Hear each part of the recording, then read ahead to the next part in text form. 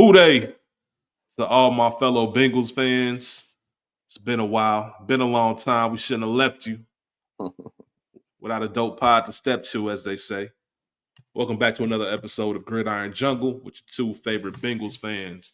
My name is Rich, here with my brother Philly Phil. How you doing, Yes, Phil? sir. I'm doing good, brother, man. Glad to be back. Ready to talk some draft, man. I'm ready to get into it. Yeah, it's crazy to think we're a week away from the first round, a week and a day from the time you're hearing this episode, from the first round of the draft. Phil and myself will be in Vegas. Shout out to the Vegas crew. Shout out to our brother Sir. Corey. Gonna be a good time, man. Gonna be a good time. But in the meantime, we are going to leave you with a couple of episodes. This is the first one where we're gonna have a mock draft, just talking about the Bengals draft, all 7 rounds, even though we do not have a 7th round pick.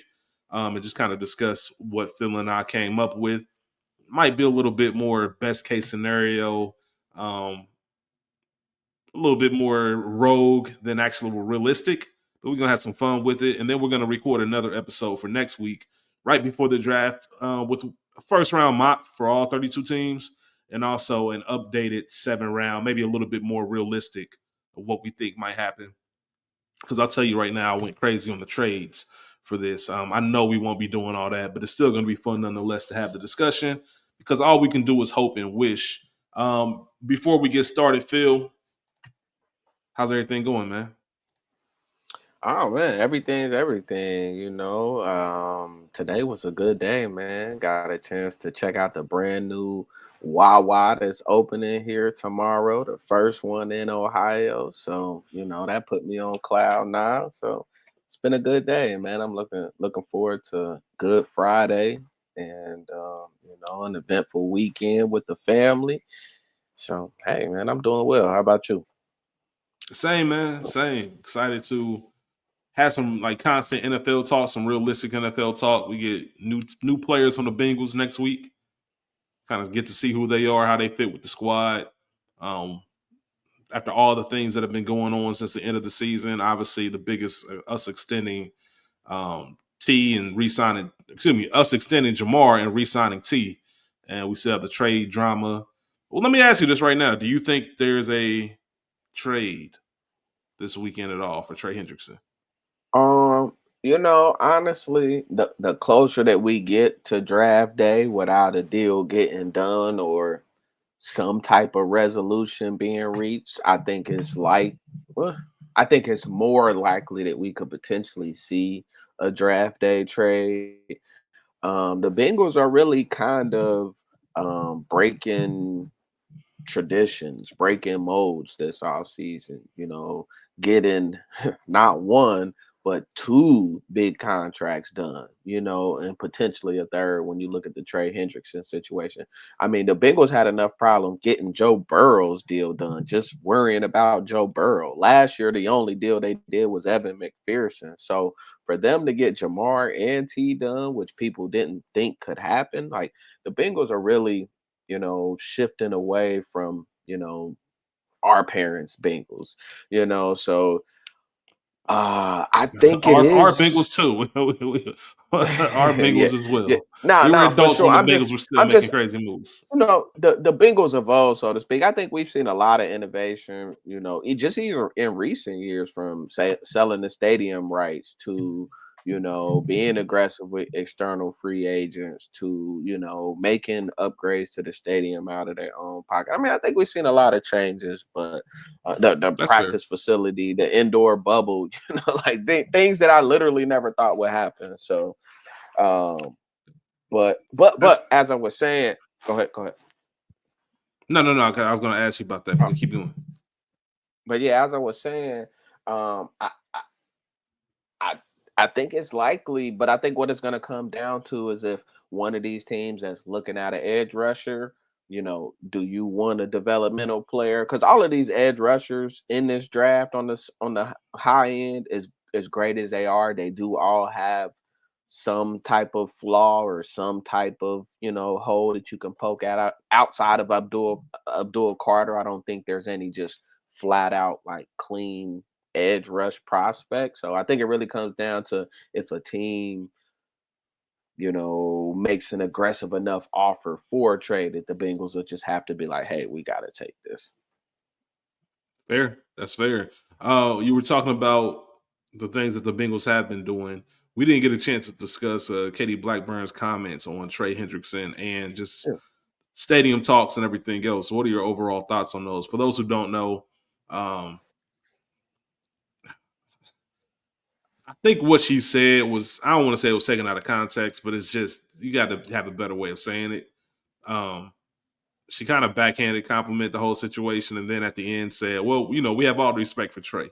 Well, you can't just dog me and then say that. I think what she was trying to get to was, listen, we told Trey to go find an offer. There hasn't been an offer found. We're still willing to work with him, but maybe he thinks he's worth more than what he actually is. That's kind of the sentiment. But the way she said it didn't sound good. Kind of ruffled the feather of Trey, which, if you know anything about him, if you've upset him, then you've done something wrong. And the whole stadium thing, that's just whatever. They're just gonna do that. That's part of the game. But what were your For sure. comments on, or what were your thoughts on her comments with Trey? Yeah, in regards to Trey, man, it kind of reminds me and takes me back to my negotiation days when I, you know, was handling injury claims, or a lot, as I like to tell people, selling money. I think it's kind of a similar situation. Like the Bengals have all the leverage. If we're being honest here, you're under contract for another year. Granted, it's well below market value, but what can Trey Hendrickson do other than request a trade that he's done?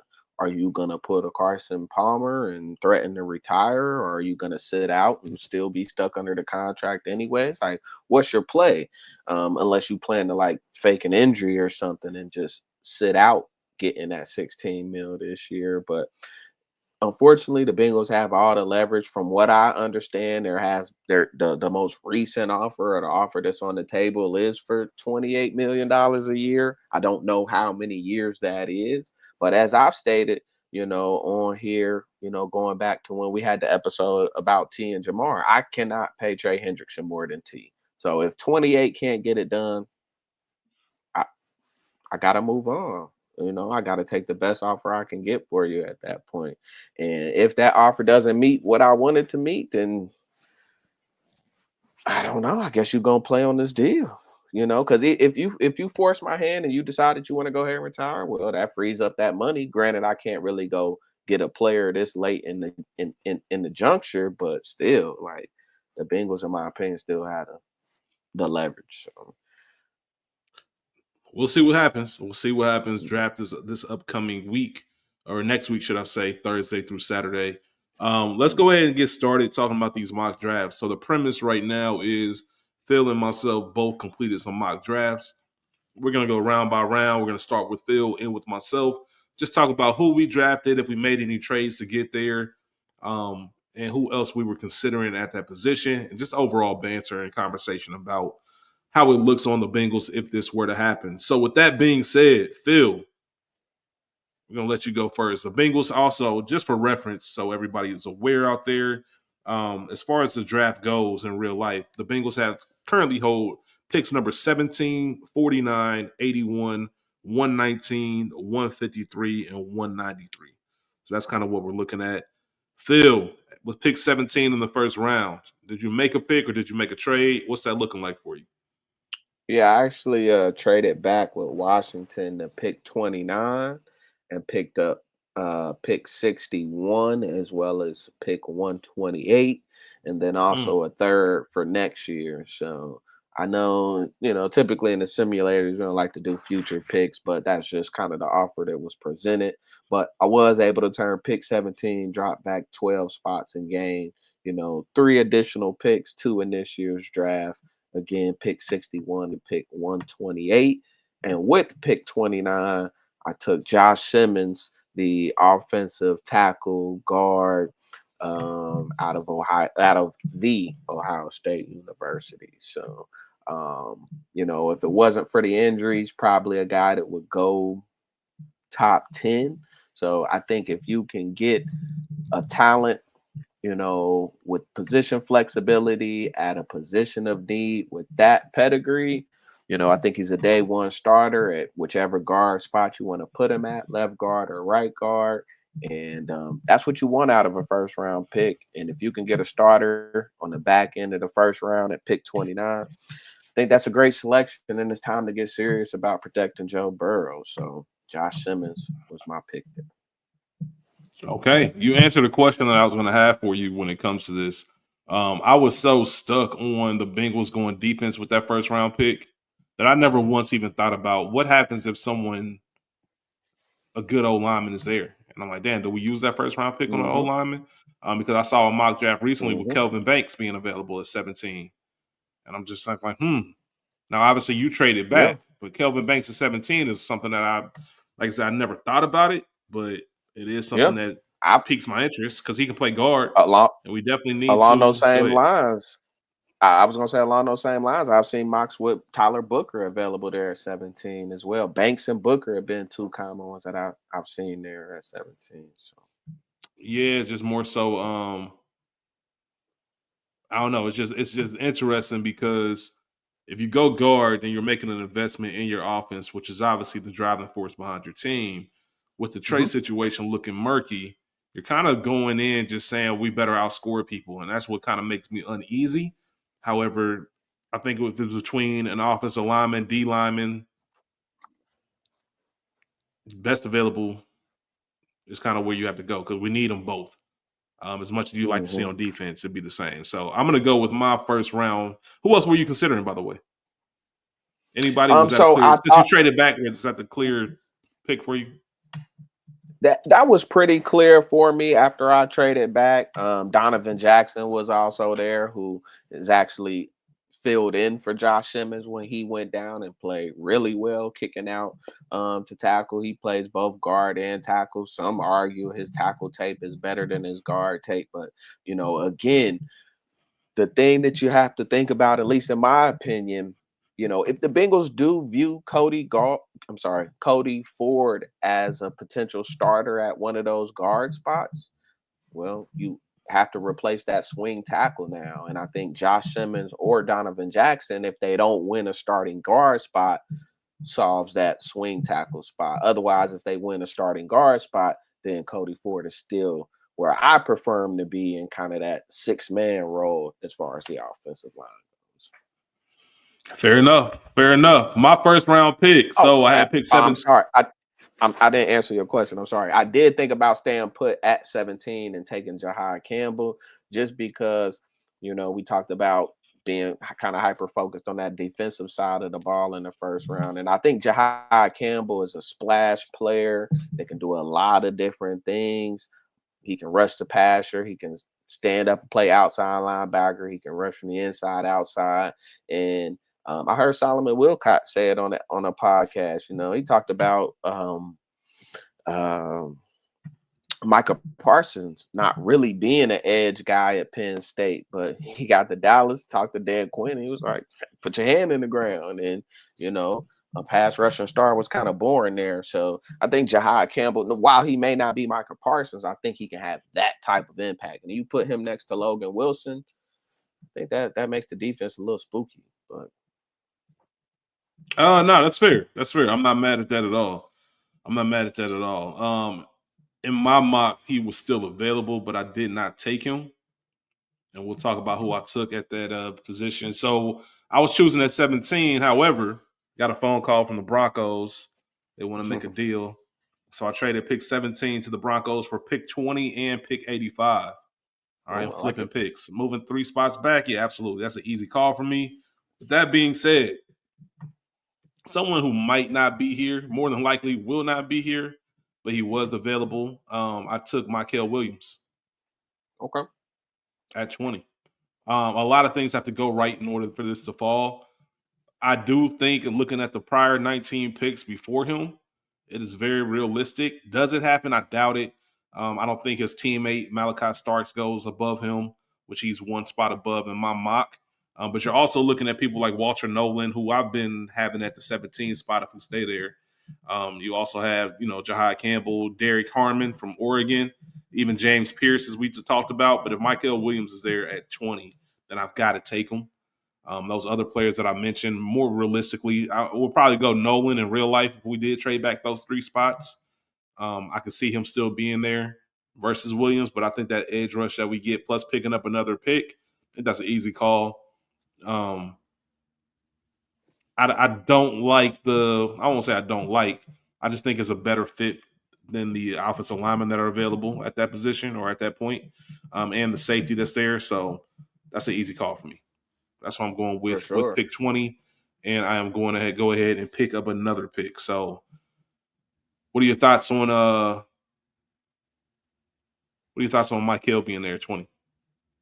Yeah, it's actually funny. Michael Williams went 20 in the mock that I did as well to Denver. And I'll be honest, this may be just kind of my draft study kind of recency bias coming into play here, or kind of recent jaded factor, but so many things about Michael Williams remind me of Miles Murphy, and the thought of Mm, having another Miles Murphy just terrifies me. So while I do think Michael Williams is extremely talented and has all the tools, I think if you can get him at 20, if you can get out of him, what I think his ceiling could be, then it could be the steal of the draft. On the flip yeah, side, I kind of feel the same way about Shamar Stewart. Like, I feel like those two guys have the like one of the higher boom bust type possibilities for me. So, it's one of those picks where I could look back and love it. I could look back and be like, man, we really missed there.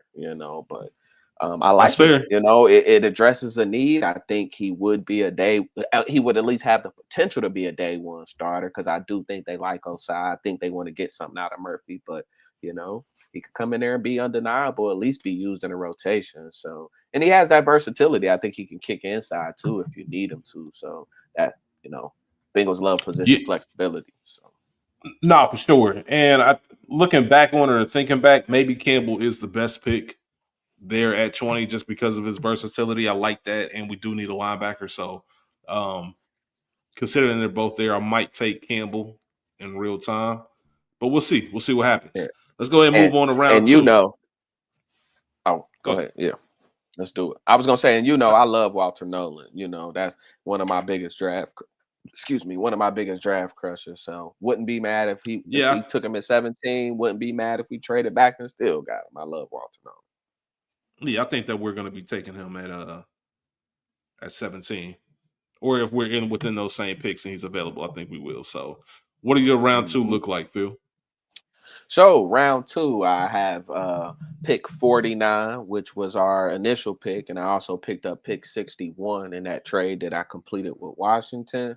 With pick 49, I got my edge rusher. I took JTT or JT Tua Malola. I don't know. I'm butchering his name. I'm sure I should have it, being an Ain't he Ohio a State Buckeye? fan.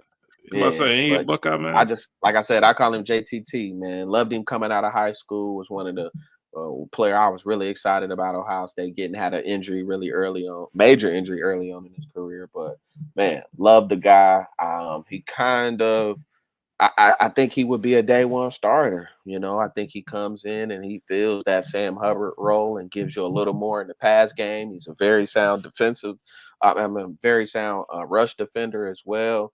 And big fan, big fan there. And who doesn't want another champion on the squad? I took a buck out there in the first round. I'm taking another one here at pick 49. And then I followed it up at pick 61 with another Buckeye. I'm going Quinshon Judkins, who just had a recent visit to the Bengals.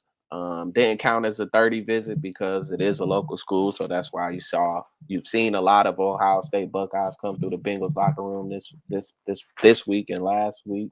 So I based on the guys that the Bengals have been bringing in for visits, it does seem like they're interested in a running back in that second, third round range. So Quinshon Judkins was there, and I think he is the perfect complement to Chase Brown.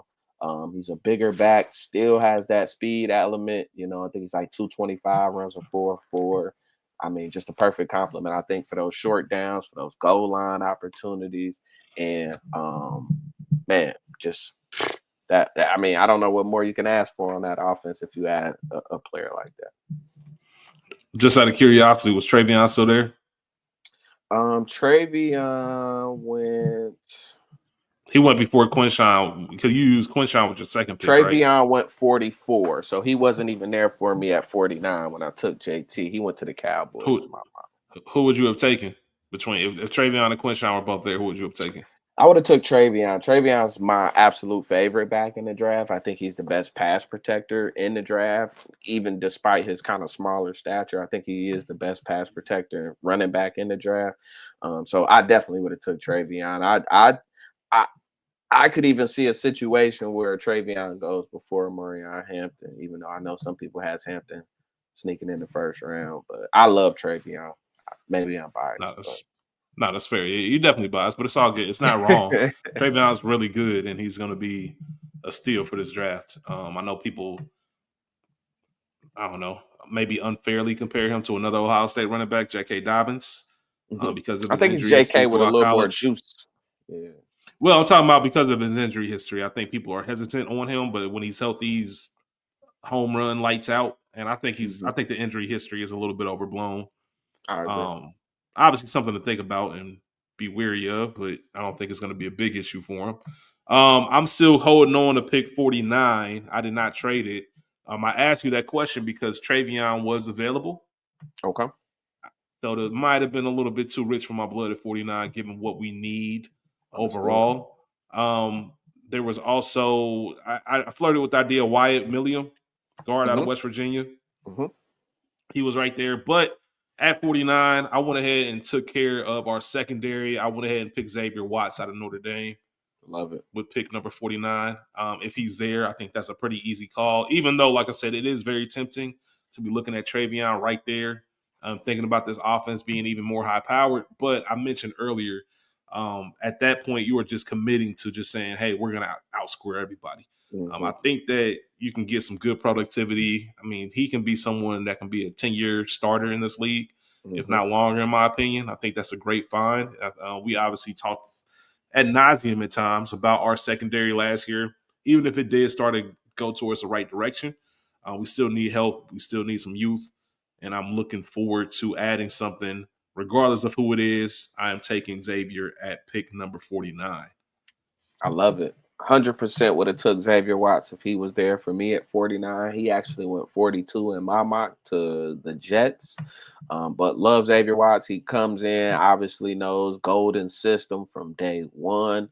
I Mm-hmm. think, and honestly, I think adding Xavier Watts makes Geno Stone more valuable because I think you can play more three safety looks when you have a center fielder like Watts. So if you want to play um, Battle or you want to play Stone closer to the line, I would think Battle, and then you can use Geno in that too high safety look, maybe some that he's more comfortable in where he had that success in Baltimore. I think that's a good look. And I mean, you would only really have to do that for the one season because Gino just has 1 year left on the deal. And maybe you can, see Dejon Anthony get worked in there some as well. Cause I think he is still promising, even though he was a late round pick last year and had that blunder against Kansas City. But love Xavier Watts pick. Love, love, love that pick. So salute to you there. I'm honored, man. I'm honored. I'm really excited to see what we do with our safeties this year. I really am. And see what Golden has planned, what kind of rotation he uses, things like that. But as we move along to the third round, how we looking, Phil? Who you got? How many picks you got in the third round for one? I just got one in the third round, Okay. and I think this guy could be here in the third round. I really would love this pick if it were to happen. Um and to kill the suspense, I'm going with a guy out of your alma mater, University of Toledo's Ah, defensive Darius tackle, Alexander, Darius Alexander, my man. man. That's So who I picked at 81 as well, Phil. I I picked know Darius at 81 as well. I took him. I flirted with Emory Jones. Mhm. I'm like, nah, I'm taking Darius. So yeah, we're on the same page. Let's talk about it. What you think?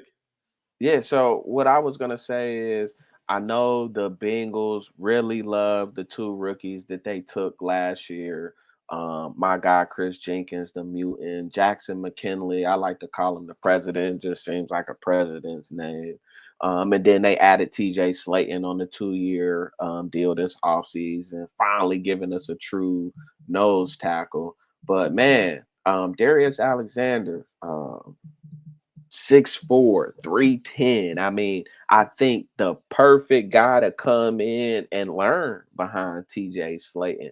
I mean, um, we like those big body, like true nose types. And I think when you play against Baltimore, when you play against Pittsburgh, who's probably going to reload at that running back spot to replace Najee, you play against the Browns, you want these big guys, and he's explosive. I mean, his 10-yard split, Super athletic. his Super vert, athletic. I mean, his three cone. I mean, he is real freakish. He's good against the run, he's good against the pass, and he kind of reminds me of Travis Jones, the nose tackle that played at UConn. I think is Yeah. he with Baltimore? I can't remember. And I forget the D tackle out of Clemson from last year. I'm blanking on his name, but I like the small school prospects.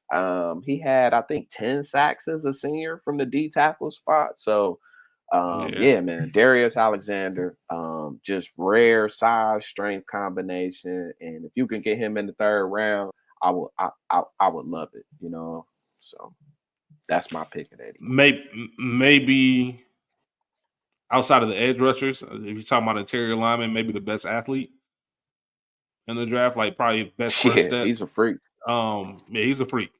If we can get him in the third round of 81, that's why you and I were on the same page. I saw him there and it was a no-brainer. Even with who else was there? I said Emory Jones, flirted with the idea, but I knew it wasn't there. So Hmm.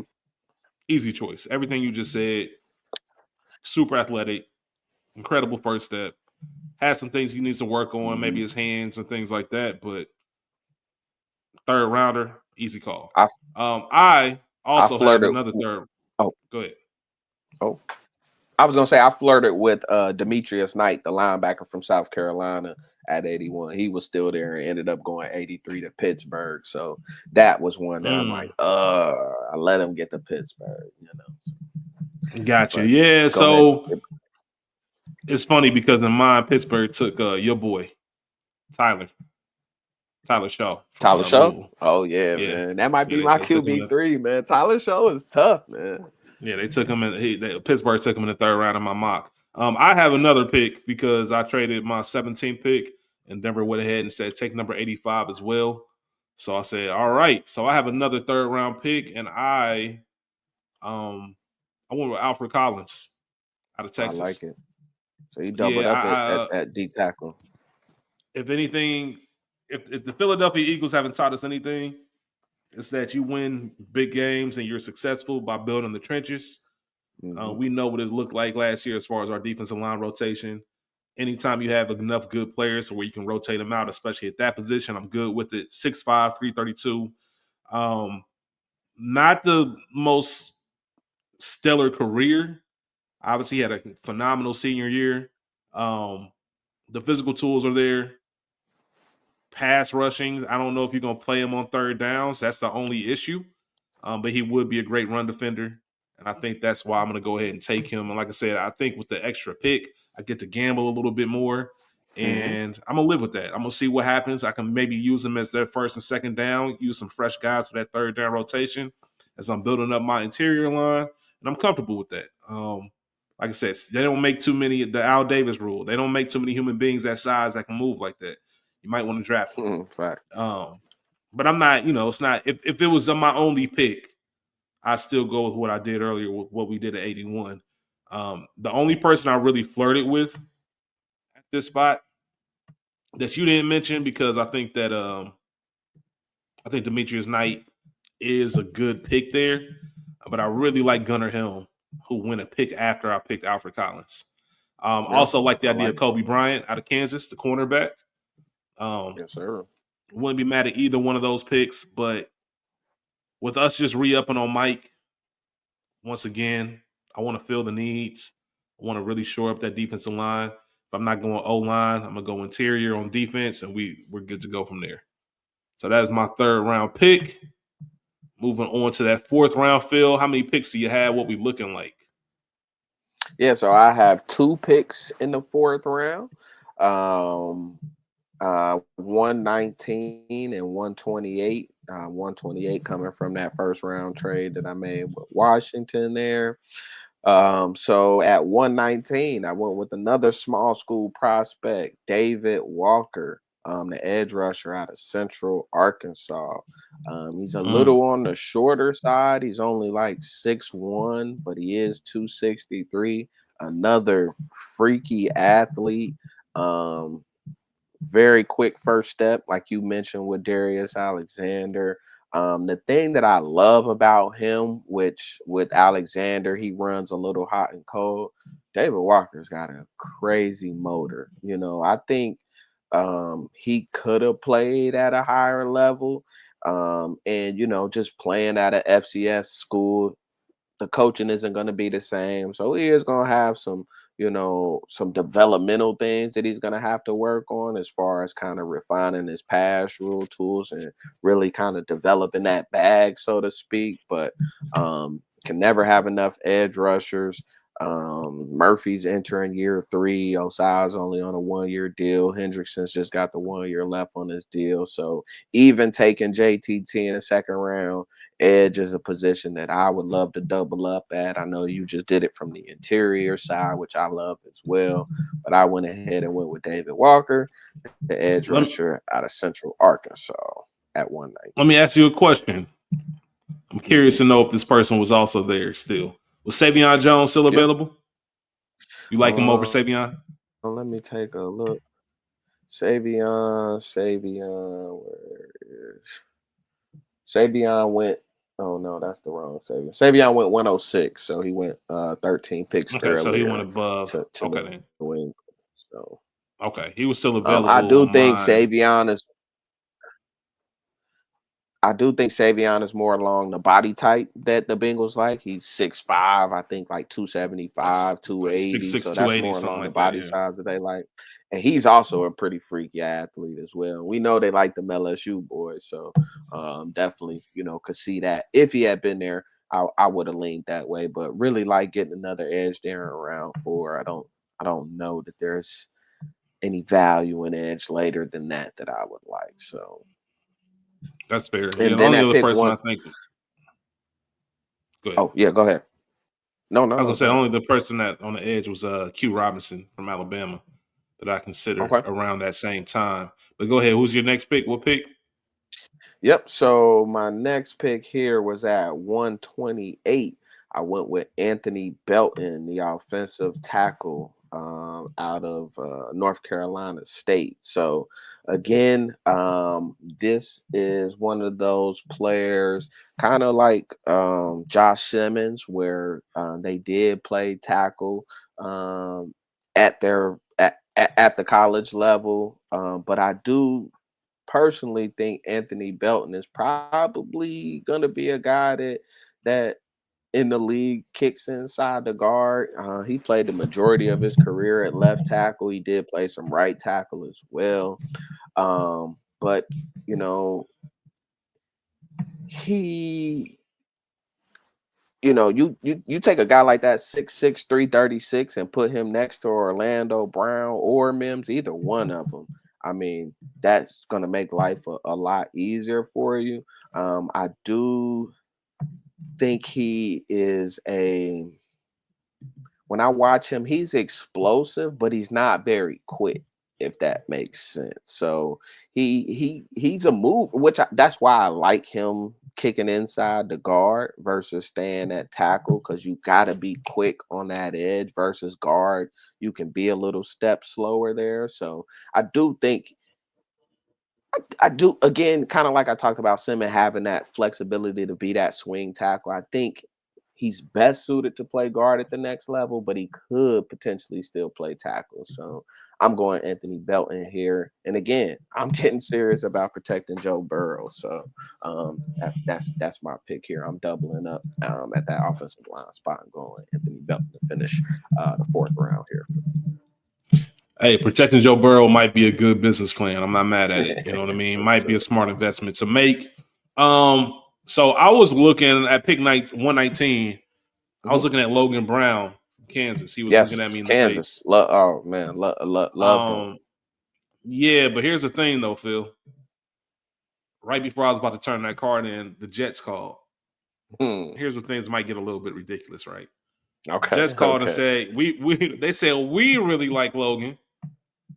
So how about to make it worth your while, we'll give you pick 145, 162, and 186.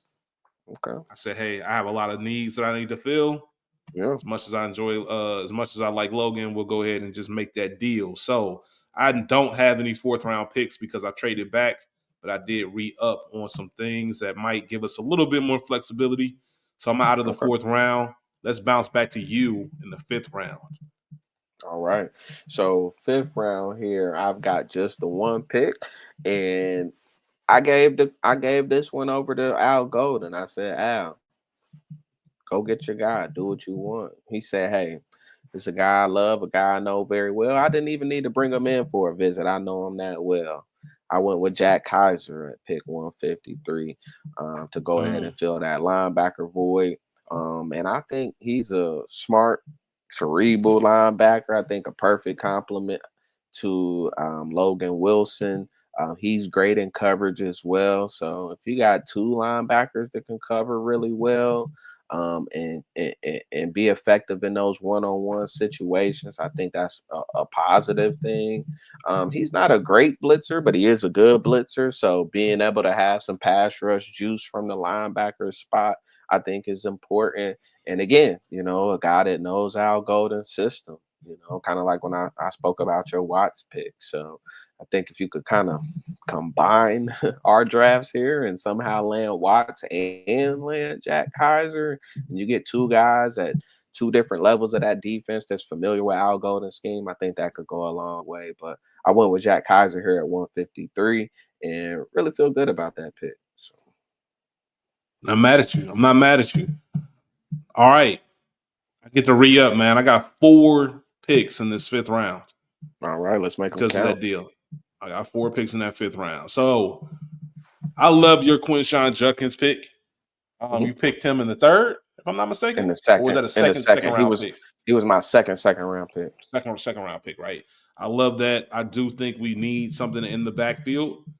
So I'm gonna go ahead and take my running back in the fifth round. I'm gonna go ahead and take Damian Martinez out of Miami Love with Damian pick number Martinez. 153. Right, a lot of other I like it. players that I'm looking at that position. I'm looking at Garrett Dellinger, guard out of LSU. I'm looking at Tommy Hill, cornerback out of Nebraska. Teddy Buchanan out of California, out of Cal, Berkeley, linebacker. Even Antoine Powell Ryland at the edge from Virginia Tech. But I think Damian at 153 is the best choice. Perfect change of pace. I think he's definitely a good complement to Chase, and it's a good offensive weapon. I think in our offense, we can take weapons and just go from there. We don't really run a lot of under center, which was much to our ire last season. We'll see if that changes, but I think we can make that work at 153. For Now we're sure. moving on to 162. I have that pick as well. This one was a little bit more difficult, and I had to go ahead and go with a guard. I went with Tyler Cooper out of Minnesota. Okay. 6'5", 302. Just another Mhm. massive person. Um, Leader, somebody that I can look at it like a Teddy Karras that just comes in right away and just does things the right way. Um, I don't know if he can play anything else. So I know you like those. You like versatile offensive linemen. I think you're Mhm. drafting him as a guard, and he's going to play guard, and I think that's it. Even with his size, I don't think you're getting tackle capability out of him. But I'm okay with that based on what we have and where we're picking him. I think I can go ahead and live with that. I think he started 10 games this past year. We'll see how it works. It's more of a gamble than anything. But at this point, if I can get someone that tests that high in the 5th round with my second pick, I'm going to go ahead and take that chance. So I'm going to go with guard there, Tyler Cooper. Then we have pick 169. All right. So I'm drafting back to back 169 and 170. So I get a little bit of leeway. With 169, I'm going to go ahead and go with Riley Mills from Notre Dame. Once again, another Al guy. Knows the system, knows exactly what he wants. 6'5", 291. Not as athletic as some of the guys we mentioned earlier, but another big body. I think pass rush is going to be his strength, and we know we need some more pass rushing interior linemen. Mm-hmm.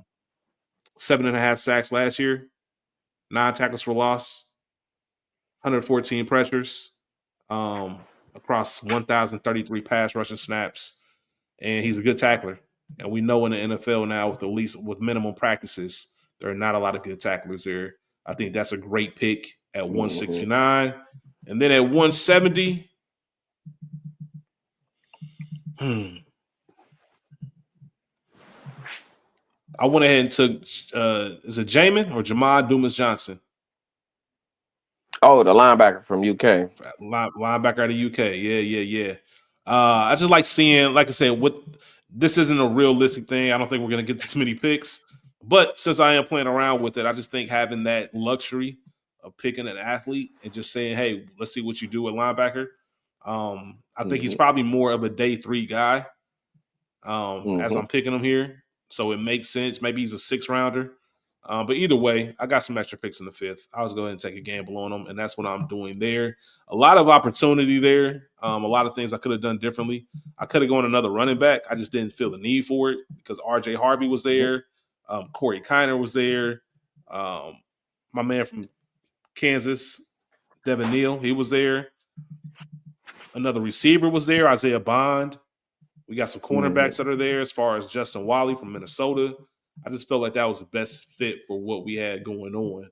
And then I have 2 6th-round picks, but I know we're going to go ahead and start with you. Who you got? Yeah, so just real quick, love the Damian Martinez pick.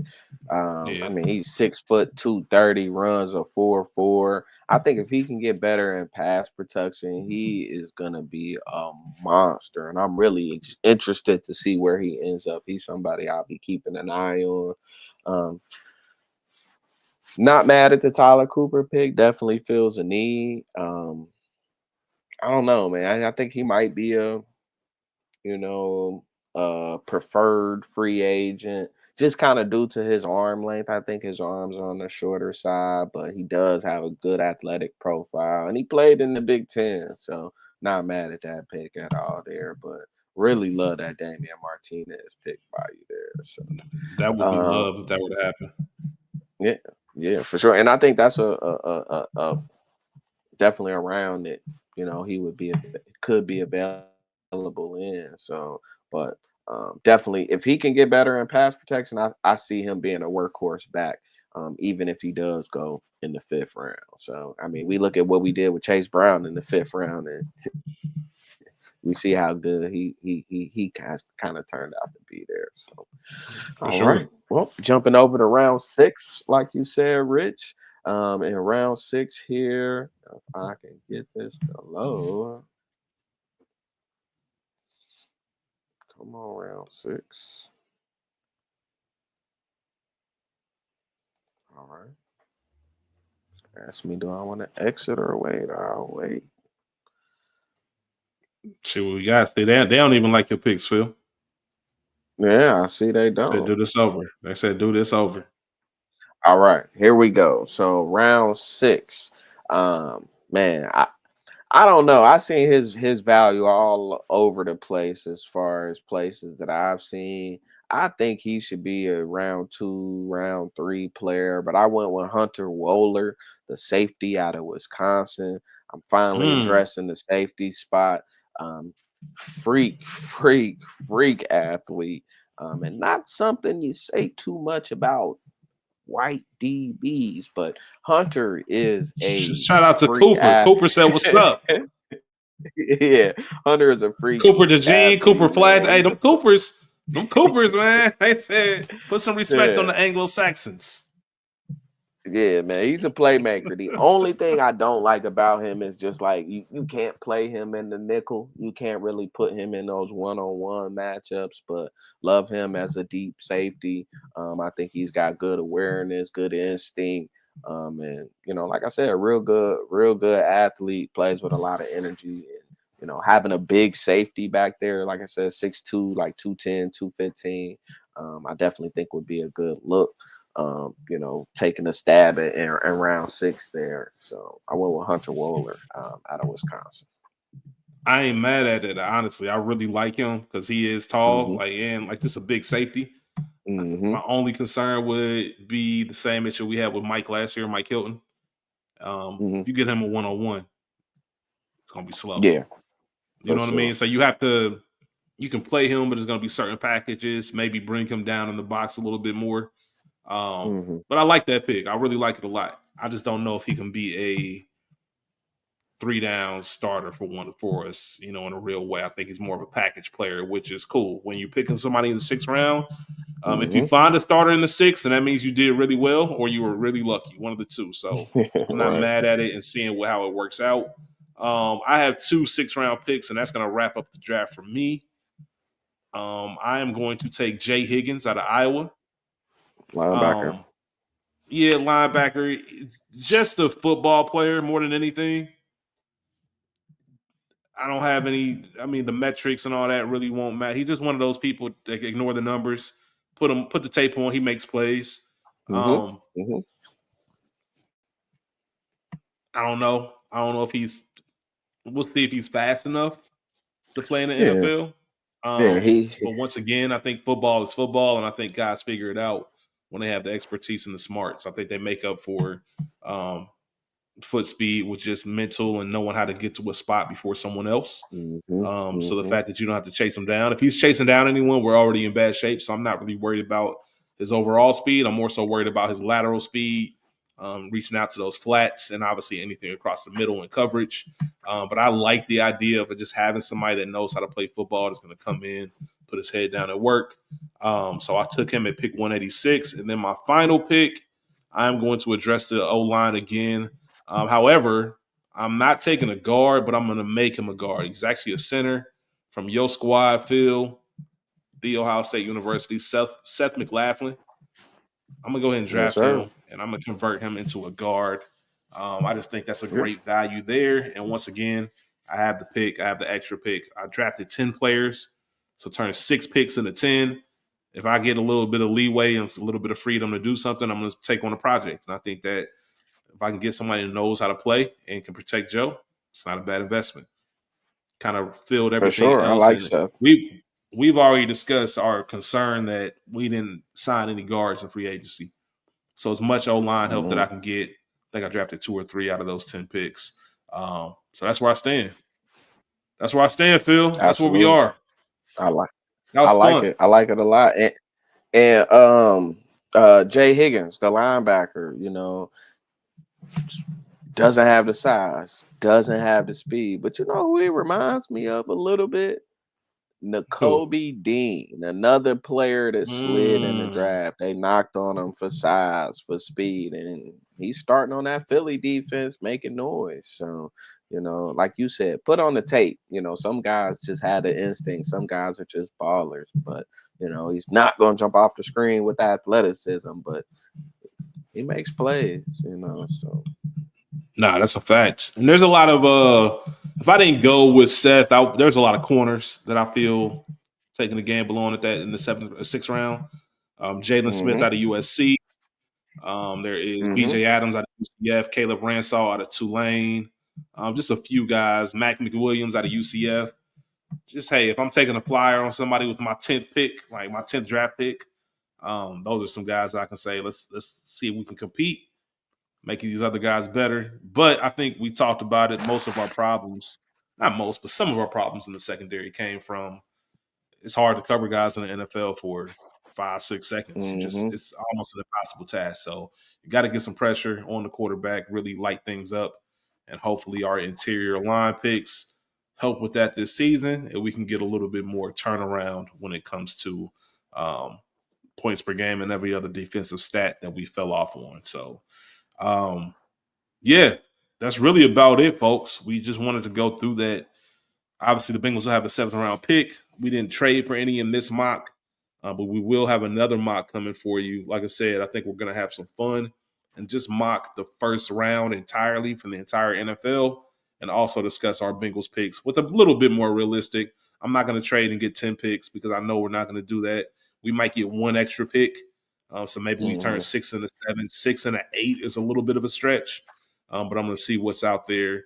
And we'll have a more realistic of what we actually think is going to happen if things fall in this manner on Thursday, Friday, and Saturday of next week. So we should be having that episode out probably Tuesday or Wednesday of next week, a little bit before the draft. And then we'll also have a post-draft recap. Phil and myself will talk about Vegas. We'll talk about what we can talk about because what happens in Vegas stays in Vegas. And also we'll talk about what the Bengals did in the draft, how we feel about it, give it a letter grade, start getting geared up for the season. We have a few things that we're going to have some fun with in the offseason while we wait for training camp, some position discussions, kind of see who's the top 10 at each position, and go from there. So, yeah, Phil, got anything else before we get out of here? That's all, man. I turned 6 picks into 9, 8 being for this season. So I'll grab Rich's results. I'll grab mine. I'll post them on the socials, on Instagram, on Twitter. Engage with us. Let us know what you think. Grade our mock drafts. Let us know what you would do different. Let us know if you like it, if you love it, if you hate it, if you or somewhere in the middle. Tell us what you would do. Are you going to be position focused? Are you going to go best player available? What would your approach be? Let us know in the comments on YouTube. Like I said, I'll post this on Instagram as well as on the Twitter. Gridiron Jungle on all socials. Also, gridironjungle@gmail.com. So definitely let us know what you think. Feel free to do your own mock draft. We use the Pro Football Network mock draft for this exercise. We may stick with this for the next one. We may see what it looks like on PFF. We may jump over to FanSpeak. A lot of different options, a lot of different platforms out there, but just want to give you some different looks and fun stuff to talk about this time of the year. So looking forward to the draft. We're 8 days, 9 days away. Yes, sir. Shiesty, 9 days away. So really looking forward to it. Looking forward to being with you and Corey again for another draft and keeping this tradition going. And I'm excited to see what new Bengals we're gonna have next week. Can't wait to welcome them to the city. So if we pick a D tackle, y'all, first D tackle since Big Daddy. Big Daddy. And no, not me. Big Daddy Wilkerson, Ohio State. Number 1 overall pick. How many number 1 have we had? We had 4? Too many. Yeah, too many. Carson, Big Daddy Joe, Wilkerson, Carson, Joe, was Kajana one? Yeah, Kajana was 1 for sure. 4. That's Achilles 4 was right 3. there. Yeah, I think we've only had 4. Kelly was a bum. Yeah, so it was Kajana. All right, y'all. We'll see y'all next time. We'll see y'all next week with our final mock draft, and then the week after, and we'll give you more updates. But with that being said, we'll catch y'all. Never forget, who they? Who they?